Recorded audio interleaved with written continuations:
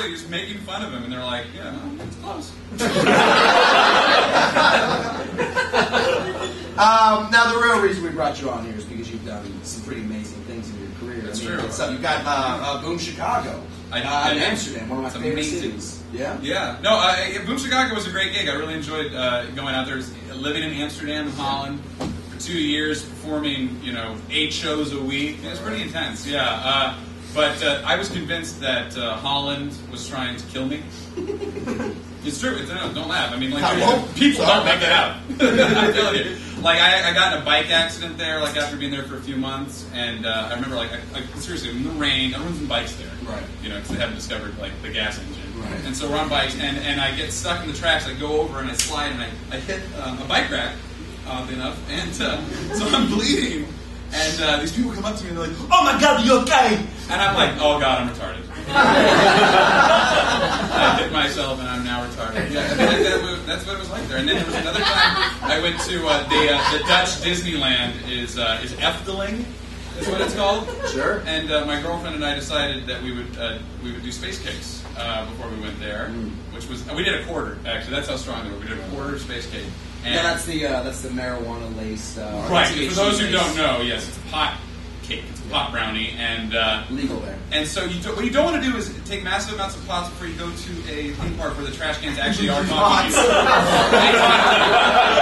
The trash cans are like beer here, and they actually talk speakers, and they're just like, "This is where I live. I'm freaking out." Maybe you should watch your consumption.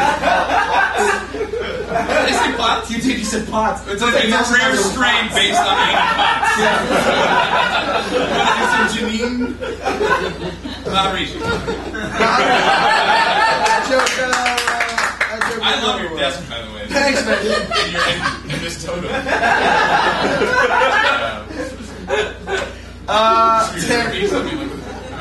For my groupies, yeah, this is for my groupies. I'm gonna hang it right here. Dan, irreplaceable.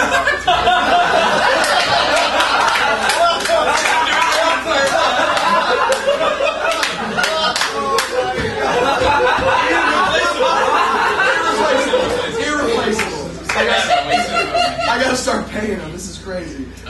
Dude, the real reason we got you out here. Oh, the real is for your nickname, Dan Mad TV Oster. How did you get that nickname? Well, in high school, I was a big Michael McDonald fan. Yeah, right. Exactly. Swedish chef. So anyway, I was on Mad TV coincidentally, and they flew me out from Holland. My manager always makes it sound like a big deal. It's like they flew him out, they paid for the ticket, and when he got there, they were like, "What?" And they hired him. That's the way he makes it sound. But yeah, no, I basically what happened. They flew me out there. They were like, "What?" I was on the show. I did one audition, and it was a bunch of impressions and shit like that. Yeah, like Ray Liotta. Yeah, did you pull that one? I did not do that. Let me tell you something about that. I love that sketch. Sometimes an impression you can rename, and it is just as valid. Like Ray Liotta to me, I was listening to that, and I was like, that's a great Springsteen. Yeah, it really is. No, honestly, I give you a Springsteen song. Give me just a topic, any topic. Any topic. Anything at all. Friendship. Okay, this is a Springsteen song on pots. About friendship. Ready? Friendship. But seriously, he's like that. He got this raspy Ray Liotta Toyota. I tell you, Ray Liotta Toyota. That's in live, it's actually pretty. Bruce Springsteen Toyota. He talks like hey, Ray Liotta. Goodfellas. Jesus Christ. Hey, I'm Michael McDonald Toyota. But Mad TV, you probably want to know some things about. I would like to. Mad TV. That's what I have written in my notes. Yeah. Yep. You guys like Bobby Lee? You don't know Bobby Lee? Yeah. Woo. Yeah. Doesn't bode well for next year. Anybody like Mad TV? Yeah. No one they left. 4 people. Yeah. And why didn't it last? Bobby Lee, for the few of you that know him, he's an interesting dude. You may not know this, he's a bit of a fashion plate. He's a clothes horse. He loves clothes. And he came in one day and he was making fun of my jeans.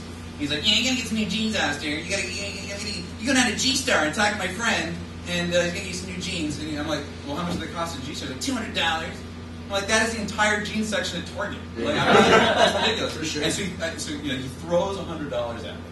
Like, I'm like some $2, $100 for it. I was gonna say I was gonna question your math.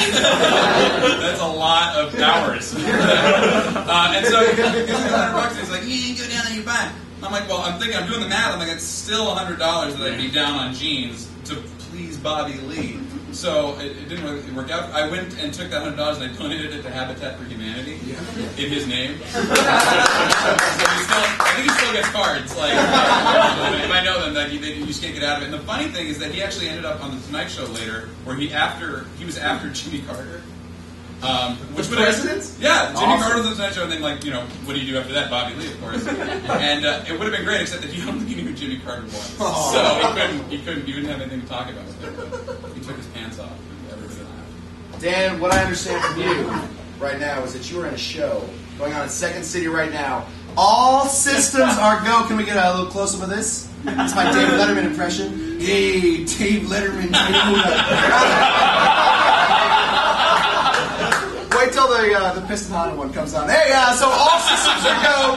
That's right. Yeah, I'll plug it too. All systems are go. It's at Second City Thursdays at 9. A lot of great people on that team. Some Second City people are there. Some people from According to Jim and The Office, and there's a guy from Mad TV, but I won't say who. Dan Oster, everybody. No, I hope not. I hope it's Jordan.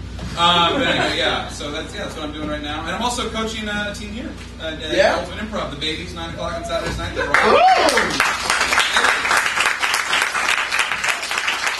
Oster, man, I want to tell you thank you so much for being my first guest ever. Thanks for having me. Everybody, Dan.